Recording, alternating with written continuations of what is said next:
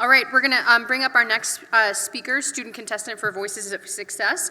So please help me in welcoming Maggie No, and she is an entrepreneurship major graduating in 2028. Thank you. Hi, my name is Maggie, and before I start, I want to ask a question to everybody. What does family mean to you? Because to me, family means my parents, my siblings, and the Vietnamese Houston community. The reason I bring this up is because when I was in middle school, I had reoccurring thoughts of how I was going to keep in touch with my culture and my heritage because I grew up here. My mom had 9 siblings, and my dad's extended family reached about 30 people, and they all live in Vietnam. So I don't have any family here. However, when I expressed those feelings to my parents, they signed me up for a Vietnamese language school, where I was able to learn Vietnamese language and culture. So I figured pretty early in my life that that worry was no more. And that experience was extremely valuable to me, not only because I got to experience my heritage, but because I was able to give back to my community by becoming a teacher.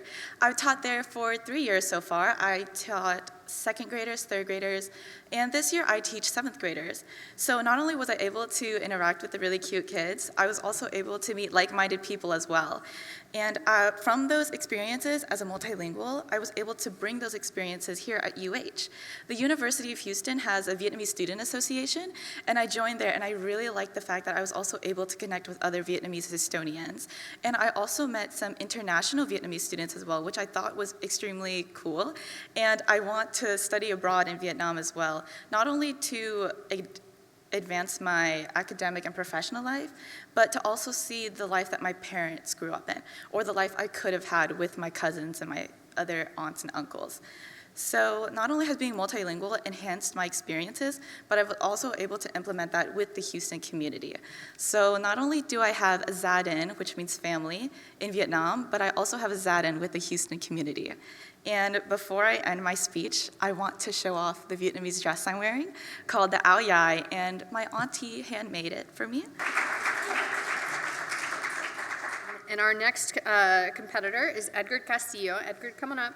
And Edgar is a UH medical student at the College of Medicine, and he'll be graduating in May of 2027. Hi, everybody. Thanks for having me. As was mentioned, I'm Edgar. I'm a medical student just across the bayou at the College of Medicine. And, you know, in medicine, the most important people are patients, right?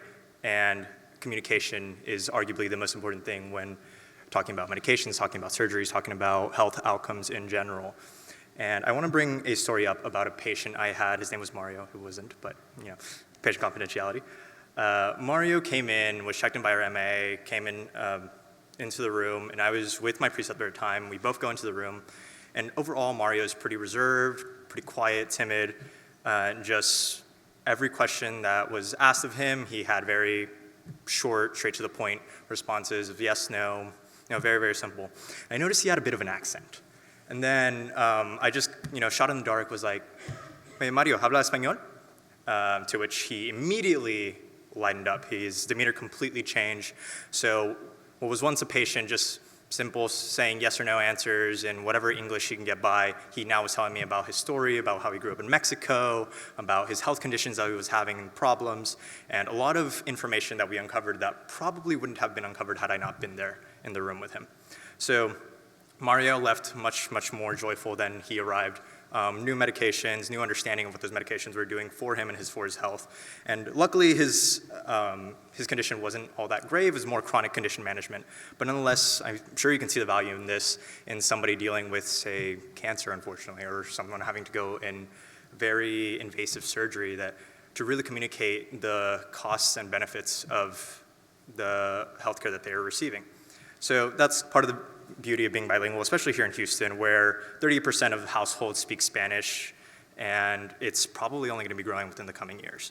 So as a medical student, I've started part of the Multilingual, which is our medical Spanish club at the College of Medicine, where we bring Spanish opportunities, of course, and I've been speaking Spanish in my preceptors, and I've gone to Honduras as well to do medical support over there. Thank you.